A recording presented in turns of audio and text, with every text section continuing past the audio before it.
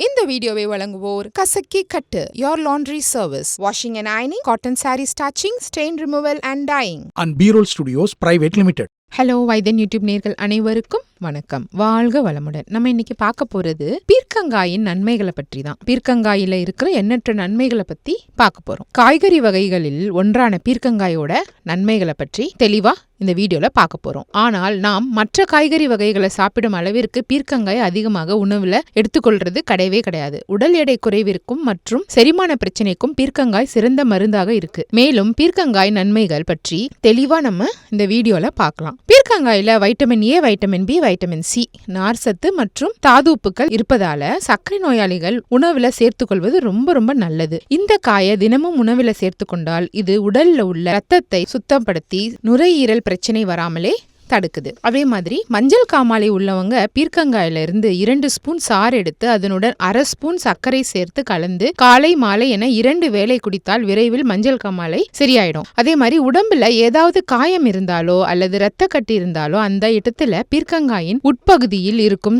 சதையை எடுத்து ஒரு காட்டன் துணியில வச்சு கட்டினால் போதும், காயம் சரியாயிடும். அதே போல வயிற்றில் குடற்புழு உள்ளவங்க பீர்க்கங்காயை 2ஆக வெட்டி அதனுடன் 2 டம்ளர் தண்ணீர் ஊற்றி 1/2 ஸ்பூன் உப்பு சேர்த்து தண்ணீரை நன்றாக கொதிக்க வச்சிடணும். கொதிக்க வச்சுட்டு அந்த தண்ணீரை காலையிலயும் மாலையிலயும் 2 வேளை குடிச்சிட்டே வந்தோம்னா வயிற்றுல இருக்கிற புழு அப்படியே செத்து வெளியில வந்துடும். அதே மாதிரி பீர்க்கங்காயின் இலைகளை நல்லா அலசி விட்டு அதனை பேஸ்ட் போல அரைச்சு தோல் அலர்ஜி ஏற்பட்டவங்களுக்கு அந்த இடத்துல அந்த பேஸ்ட்டை வச்சு நல்லா தடவி விட்டுறணும். அந்த மாதிரி தடவி விட்டு வந்தோம்னா அந்த நோய் ஈஸியா சரியாயிடும். முடி வளர்ச்சி குறைவாக இருப்பவங்க பீர்க்கங்காயை சின்ன சின்ன துண்டுகளாக வெட்டிட்டு அதை நல்லா காய வச்சிடணும். அதை நல்லா காஞ்ச உடனே மிக்சியில போட்டு நல்லா பொடியா அரைச்சிட்டு அதுக்கப்புறம் அந்த அரைத்த அந்த பவுடரோடு சாதம் வடித்த கஞ்சி கொஞ்சம் சேர்த்து தலைக்கு தேய்ச்சி குளிச்சுட்டு வந்தோம்னா முடி நீளமா வளரும் மற்றும் தலையில வெள்ளை முடி வரவே வராதான். இந்த டிப்ஸை நீங்க எல்லாருமே ட்ரை பண்ணணும். ஏன்னா இப்போ இருக்கிற காலகட்டத்தில் எல்லாருக்குமே வெள்ளை முடி சின்ன வயசுல இருந்தே வர ஆரம்பிச்சிடுது. அதனால கண்டிப்பா நம்ம இந்த டிப்ஸை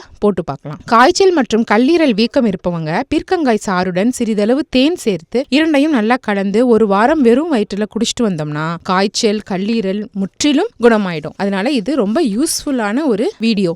கண்டிப்பா பீர்க்கங்காய் சாப்பிடாதவங்க சாப்பிட்டீங்கன்னா உங்கள் உடல் ஆரோக்கியத்திற்கு ரொம்ப பயனுள்ளதா இருக்கும். இந்த வீடியோ உங்களுக்கு பிடிச்சிருந்ததுன்னா லைக் பண்ணுங்க, ஷேர் பண்ணுங்க, மறந்துடாம நம்ம வைத்தியன் யூடியூப் சேனலை சப்ஸ்கிரைப் பண்ணிடுங்க. அப்படியே அந்த பெல் ஐகானையும் கிளிக் பண்ணி வச்சுக்கிட்டீங்கன்னா நாங்க அனுப்புற ஒரு வீடியோவும் உங்களை சேரும்.